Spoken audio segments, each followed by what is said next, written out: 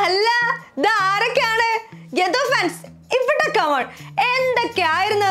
നീതിയുടെ പൊൻകിരണങ്ങൾ തേടുന്നു, ഓടി നടന്ന് ബൈറ്റ് എടുക്കുന്നു, ഫാൻസ് ക്ലബ് ഉണ്ടാക്കുന്നു, ഇടവലം നോക്കാതെ വൈറലാകുന്നു, അത് ചാനലുകൾ പകർത്തുന്നു, ചർച്ചകളിൽ താരമാകുന്നു.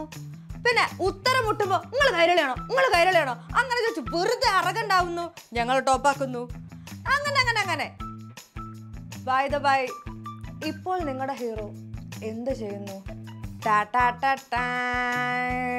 സോഷ്യൽ മീഡിയയിൽ എയറിലാകുന്നു എന്ന് പറയാൻ പറഞ്ഞു. ഏടാ മോനെ, ഇയാള് കൊള്ളാലോ, ഇങ്ങനെ മാറ്റി പറഞ്ഞ് കയ്യടി മേടിക്കാൻ. ഈ KGF-ലെ യശൊന്നല്ലല്ലോ.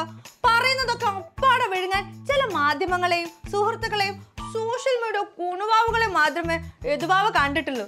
ഇതേ സ്ഥലം വേറെയാണ്. സ്ത്രീകൾക്കെതിരെ എന്ത് കോപ്രായവും കാട്ടിയിട്ട് പുണ്യാളം കളിക്കാമെന്നു യദുവാവ് കരുതിയോ? അച്ചോടാ, എങ്കിലേ തെറ്റിപ്പോയി. കിട്ടിയ തെളിവുകളും മാറ്റി പറഞ്ഞ ഡയലോഗുകളും മാത്രം മതിയല്ലോ ഈ എയറിലാവാൻ. ആരോപണം ഉണ്ടാകുമ്പോ പറയാൻ പറ്റിയ ക്യാപ്സ്യൂൾ തന്നെ യദുവാവ് ഇറക്കി. മാനസികമായി ബുദ്ധിമുട്ടിക്കരുത്. 2 കർച്ചലും ഉണ്ട്. ഫ്രഷ് സാധനം അല്ല. ഞാനൊരു സത്യം പറഞ്ഞ് വിശ്വസിക്കൂ.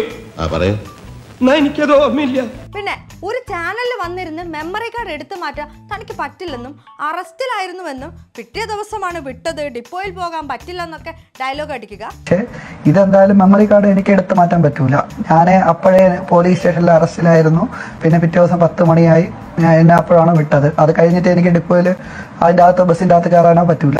അത് കഴിഞ്ഞ് വേറൊരു ചാനൽ പോയിട്ട് സ്റ്റേഷനിൽ നിന്ന് ഇറങ്ങിയ ഉടനെ ഡിപ്പോയിൽ പോയി മെമ്മറി കാർഡ് വർക്കിംഗ് ആണോ എന്നൊക്കെ നോക്കി അങ്ങനെ എന്തൊക്കെയോ മാറ്റി പറയുക. മെമ്മറി കാർഡ് എടുക്കാൻ വേണ്ടിട്ട് പോയെന്ന് പറയുന്നു. അപ്പൊ ഒന്ന് വീഡിയോ കാണിച്ചു തരും. ഇവര് പറഞ്ഞ വർക്കിംഗ് അല്ല എന്ന് പറയുമ്പോഴേക്ക് എനിക്ക് ഉറപ്പ് വരുത്തുണ്ട് ഉള്ളതാണോ അല്ലേ എന്നുള്ളത്. സ്റ്റേഷനിൽ നിന്ന് ഇറങ്ങി ഉടനെ പോയി നോക്കി. എങ്ങനെ ഇരിക്കണ്? അമ്പട കേമാ ഷണ്ണിക്കുട്ട 10 തല എനിക്ക് മനസ്സിലായിക്കണ്. അപ്പൊ എങ്ങനെയാ കുറച്ചുകൂടെ ഡയലോഗ് പഠിച്ചു വെക്കല്ലേ? വേറെ ഒന്നല്ല, പരാതിന്റെ എണ്ണമൊക്കെ ഇങ്ങനെ കൂടി വരുന്ന സ്ഥിതിക്ക് ഇനി ചാൻസ് ഉണ്ടാവല്ലോ ഡയലോഗ് അടിക്കാൻ. അല്ലെങ്കിൽ വെളുപ്പിക്കാൻ ആൾക്കാരുള്ളപ്പോ കുണുവാവേനെ പോലുള്ളവർക്ക് യദുവാവേനെ പോലുള്ളവർക്ക് എന്ത് ആവാലോ. അപ്പൊ എങ്ങനെയാ ഒട്ടം പടലം പൂട്ടാനുള്ള വഴി എന്നെ ഒരുക്കിയ സ്ഥിതിക്ക് ബി കൂൾ ഡേ.